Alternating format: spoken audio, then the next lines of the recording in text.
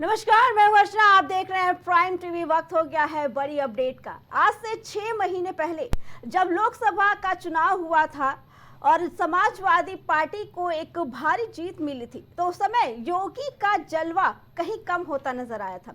दिल्ली बनाम लखनऊ की चर्चाएं तेज हो गई थी और सीएम योगी आदित्यनाथ की कुर्सी खतरे में है, ये नैरेटिव सेट करने लगा था।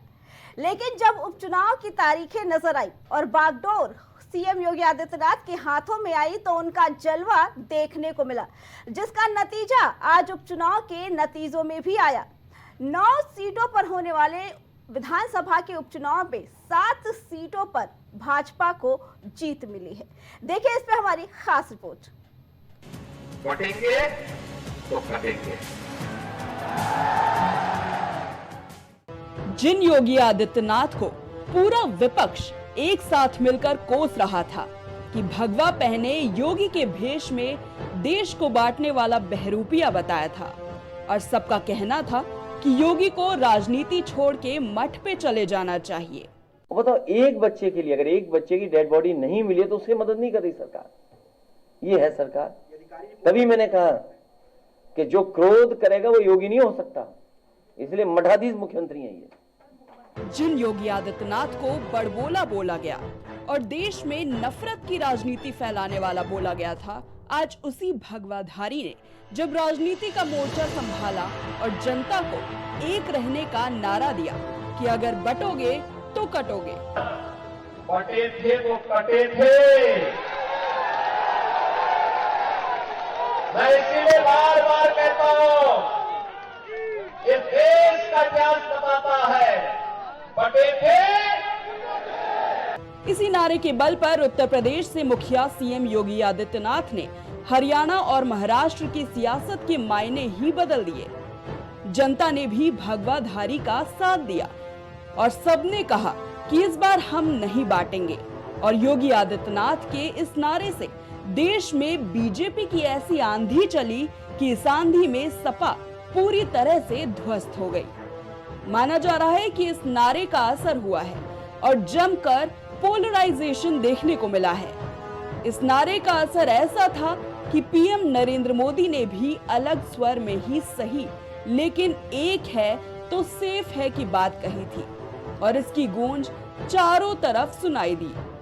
और यूपी के उपचुनाव में इसकी झलक भी दिखी, क्योंकि पूरा विपक्ष जहां इस नारे को टारगेट करते हुए एक विपक्ष समुदाय को अपने पक्ष और बीजेपी के विरोध में करना चाह रहा था, उसी समुदाय के बाहुल्य वाले क्षेत्र और सपा के गढ़ कहे जाने वाले कुंदरकी में एक हिंदू प्रत्याशी ने जब 11 मुस्लिम प्रत्याशियों के बीच से जब जीत हासिल की, तो सभी मुंह खुला का खुला रह गया। और अखिलेश यादव के लिए ये किसी बुरे सपने से कम नहीं है। यूपी में 9 विधानसभा सीटों पर उपचुनाव हुआ। इस दौरान सबसे ज्यादा चर्चा में मुरादाबाद की कुंदरकी विधानसभा सीट रही, क्योंकि कुंदरकी ने कमाल किया है और कमाल कमल के फूल ने किया है। और इस कमल के फूल की जिम्मेदारी कुंदरकी से भारतीय जनता पार्टी के प्रत्याशी ठाकुर रामवीर सिंह के पर थी। ठाकुर रामवीर सिंह ने कुंदरकी विधानसभा से रिकॉर्ड तोड़ मतों से जीत दर्ज कर भारतीय जनता पार्टी के हीरो के रूप में साबित हुए हैं, जबकि समाजवादी पार्टी को एक गहरा झटका लगा है। हम ये बात इसलिए कह रहे हैं कि समाजवादी पार्टी का मुरादाबाद गढ़ कहलाया जाता था और जो कुंदरकी विधानसभा सीट है, इसमें 60% से ज्यादा मुस्लिम आबादी है जो सीधे तौर पर समाजवादी पार्टी को वोट करती थी।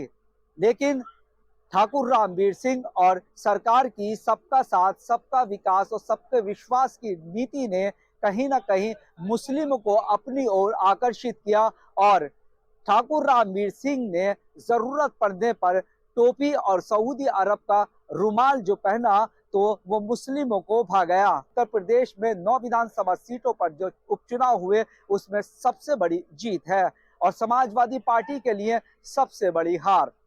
कैमरा पर्सन जिशान के साथ मैं अब्दुल वाजिद, प्राइम टीवी, मुरादाबाद।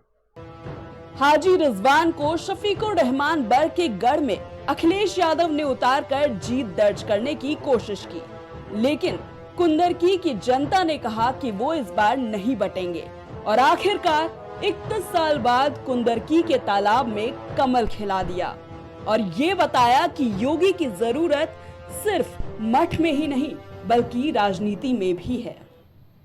जिस योगी आदित्यनाथ को पूरा विपक्ष एकजुट होकर कह रहा था कि उन्हें भगवा धारण करके मठ पे जाना चाहिए और राजनीति से दूर हो जाना चाहिए, उसी योगी आदित्यनाथ ने आज वो कारनामा कर डाला कि पूरा विपक्ष का मुंह खुला का खुला रह गया। ये थी हमारी खास रिपोर्ट। बाकी खबरों के लिए देखते रहे प्राइम टीवी।